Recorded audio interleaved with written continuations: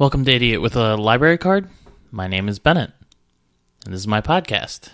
So today I'm going to talk about one of my favorite books, and I don't even know if I'm going to call this a book review more than a book love song. I love A Confederacy of Dunces. It is the funniest book I've ever read. It is so many things. If you like Seinfeld episodes or Curb Your Enthusiasm episodes, it has that sort of multi-storyline layering that works so well. You know, there's all these stories going on, and you sort of have a feeling they're all going to end up together, and they do. But it takes some time, and it's beautiful. The protagonist, if that's what you could call him, his name is Ignatius J. Riley. He's one of my favorite literary characters. What he does is, and I said I would use, if I was thinking of a character to compare him to, he's very much a grown-up, well-educated Eric Cartman, who still lives with his mom and doesn't want to get a job, so doesn't get a job, until he is forced to get a job because of an accident his mom has, and he's got to help her pay the damages. And she can't work, I guess, but it doesn't matter. He needs to work. He's a 30-year-old man living in his room, writing crazy philosophies from the perspective of a medieval philosopher in a modern world. What's so great about the book, sort of my favorite parts of the book, are his writings. His writings are so great. He writes letters to this liberal hippie activist who's sort of kind of his girlfriend who lives in New York, and he writes this journal called The Diary of a Working Boy. It's some of the funniest reading you'll ever read because it's so absurd. And he's such a loathsome character, but in a way that you almost like him. It's very much like an Eric Cartman, where he is a loathsome character, but you love when he's on the screen. And the book is good. There are a lot of secondary characters, and they are very funny. There's a black guy named Jones who always wears sunglasses, and he's good. His sort of storyline's funny, and his story and his sort of commentary adds depth to the story, and there's all these sort of side New Orleans characters, and the book takes place in New Orleans, and it's sort of a beloved New Orleans book. Apparently, and now I've never been to New Orleans, apparently it does a very good job illustrating New Orleans in a book form. And now I don't know. I mean, it was New Orleans in the 60s, late 60s, early 70s, so it's probably a bit different now. But it has this good sort of seediness to it, but not. It's written about New Orleans with love. It's like how I'm from Philadelphia, how Philadelphians talk about Philadelphia. It's sort of, it can be painted in a negative light, but we actually love the city. The author has a backstory. I'm not going to talk too much about it, but basically he wrote this book, couldn't get it published, sadly committed suicide, because when you read this book, you think, could he have produced any more of these, because it's so brilliant. And his mom ended up pushing for the rights, and I've seen documentaries on it. His mom kind of comes off as not a great person, but without her you don't get this masterpiece work, so thanks to her, I guess. His name's John Kennedy Toole. That's the author. He wrote another book called Neon Bible, but may not have been published had this book not been such a hit. It's not that great of a book. I read a little bit of it and couldn't finish it. It's not this book. And this book is so great. And he sort of has, now the circumstances are different, but he sort of has that, this is his one masterpiece type author. And you get a few of those, like Harper Lee has To Kill a Mockingbird, and I know she came out with a sequel like a million years later, but that's the one book, and I can't think of the guy who wrote Catcher in the Rye. Oh, J.D. Salinger, and Catcher in the Rye is sort of the same type of deal, where they never really published anything else, but his circumstances are a bit different.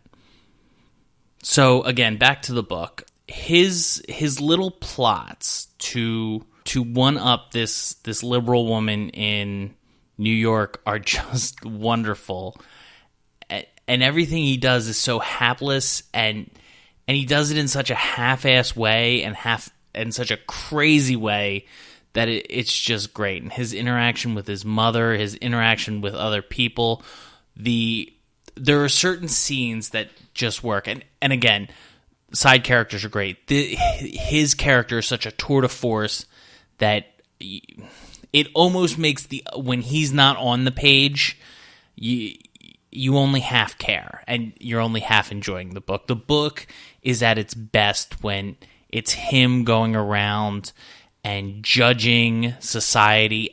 And what's so great is he has...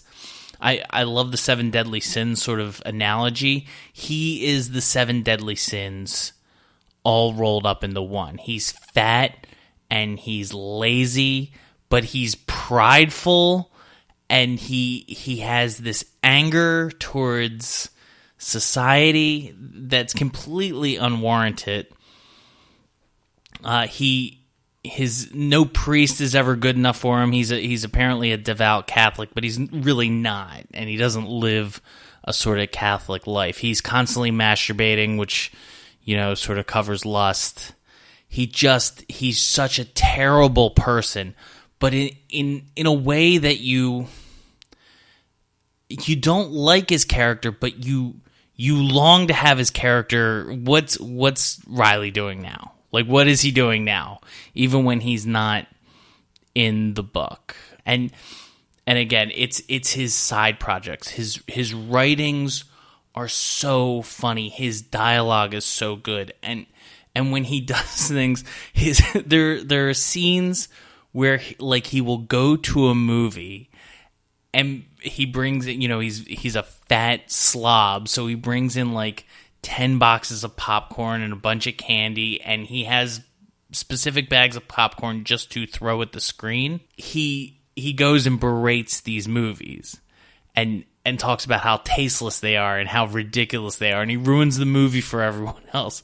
But he's so crazy that the manager is scared to kick him out. So this is going to be another short one because it's not really like a in-depth analysis. I would just say, go read this book. If you haven't read Confederacy of Dunces, you need to read it.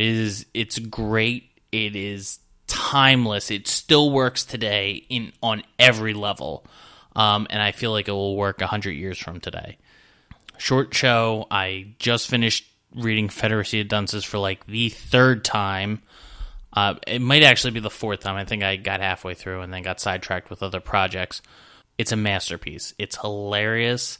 It's a long book, but you can take your time with it because it's the story itself is funny, on a meta level. The whole story is funny, but then the parts of the story are also funny. And even when the story's not really advancing, it's just a scene that doesn't necessarily even help the story advance. Although all the scenes, everything that's going on, it's very tightly written.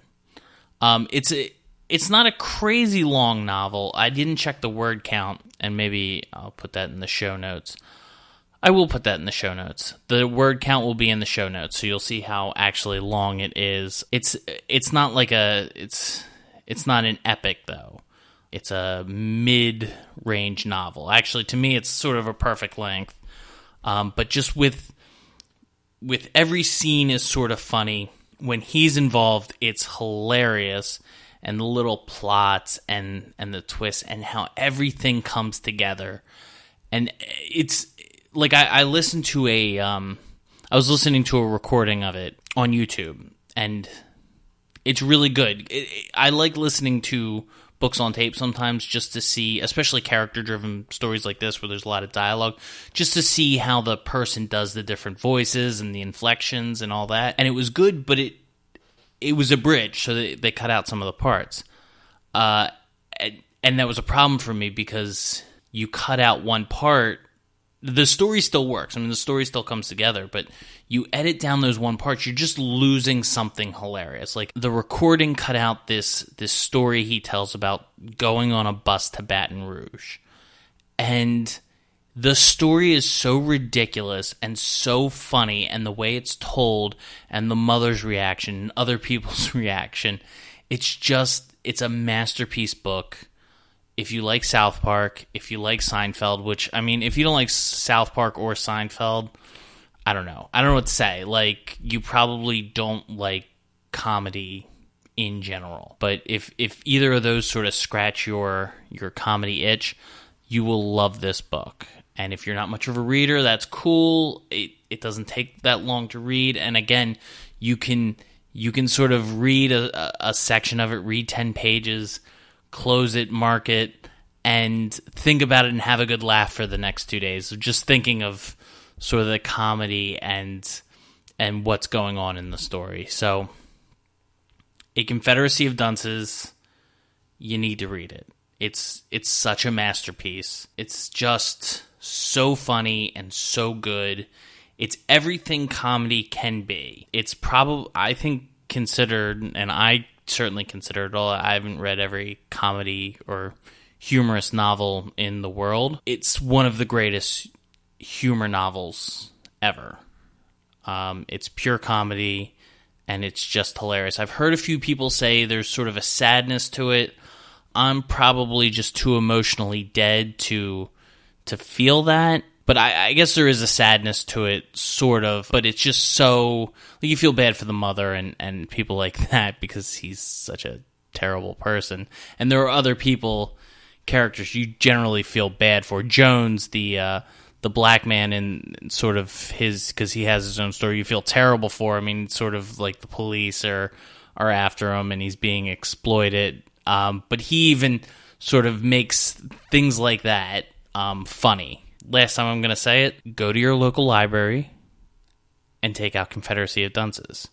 If you want to pay the little amount, I would say, you know what, you might want to buy it. And again, I'm a big fan of the library. It's why it's called Idiot with the Library Card, because if you don't like it, you can return it. This is a book you are going to read twice.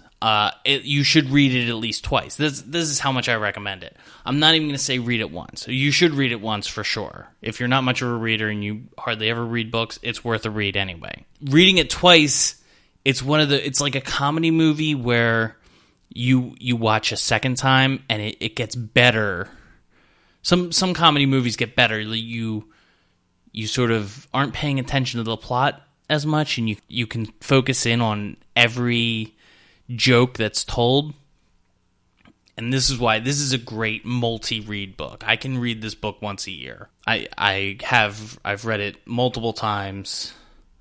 I said 3. I really do think I've read it cover to cover 4 times. And each time there's something I didn't notice or a joke I didn't quite get that I now pick up and I'm like, oh my God, it's so perfect. So it's a masterpiece. It's just great. If you enjoy comedy, read it. If you want to get into comedy, read it. If you just like to laugh, read it. Go buy, however you need to obtain it, A Confederacy of Dunces. And enjoy.